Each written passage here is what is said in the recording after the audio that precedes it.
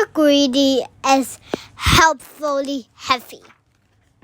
Mr. Greedy likes to eat, and the more he eats, the bigger he gets, and the bigger he gets, the heavier he becomes.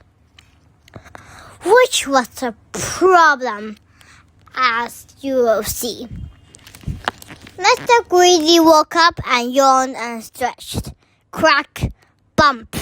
The crack was the sound of Mr. Greedy's bed breaking, and the bump was the sound of Mr. Greedy hitting the floor.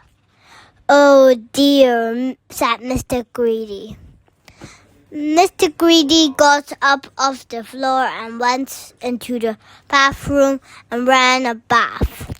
But when he got into the bath, all the water got out. There's not enough room in the bath for both Mr. Greedy and the water. "Oh dear," he said again.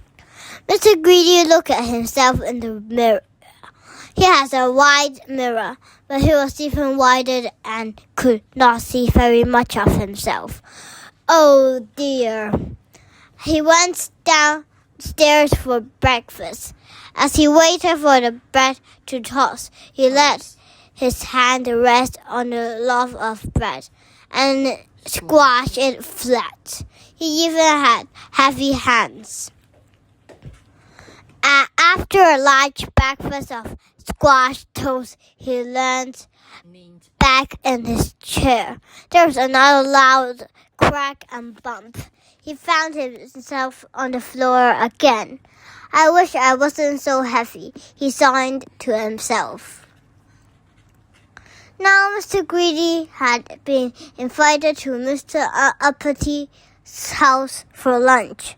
So Mr. Greedy squeezed through his front door and squeezed into his car. He started the engine. Then, with 4 loud bangs, all 4 tires on his car burst. Bang, bang, bang, bang. He had to get the bus, but when he climbed on, the other end of the bus tipped up. "I think you need to lose some weight," suggested the bus conductor. As the bus drove off without him, Mr. Greedy looked down at his large tummy. "Oh dear," he sighed, not for the first time that day.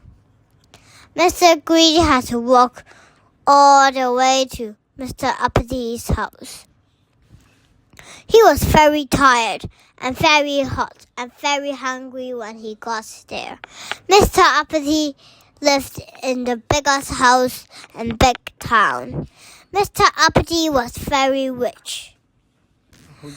Mr. Uppity answered the door. "What do you want?" he demanded. Mr. Uppity was very rude. "You invited me for lunch," said Mr. Greedy. "Oh yes," said Mr. Uppity. "You will have to wait. I am very busy." "What are you doing?" asked Mr. Greedy. "Packing," answered Mr. Uppity, and went up his bedroom. Mr. Greedy followed. Mr. Uppity's bedroom was full of suitcases, and every suitcase was overflowing. Mr. Uppity went round the room trying to close them, but they were so full it was impossible. "Don't just stand there. Give me a hand," ordered Mr. Uppity bossily.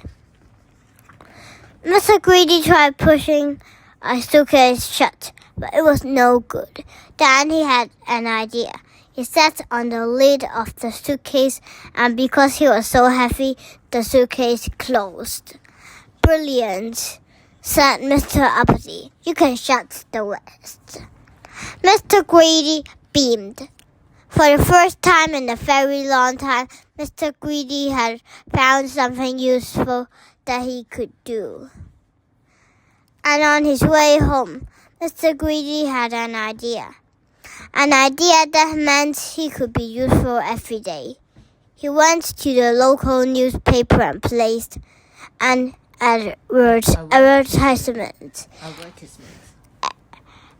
Every afternoon. Going on holiday, having trouble fitting everything in your suitcase?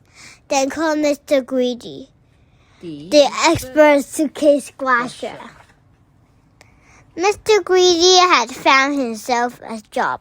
He went home, ate a huge supper to celebrate, went to bed and slept.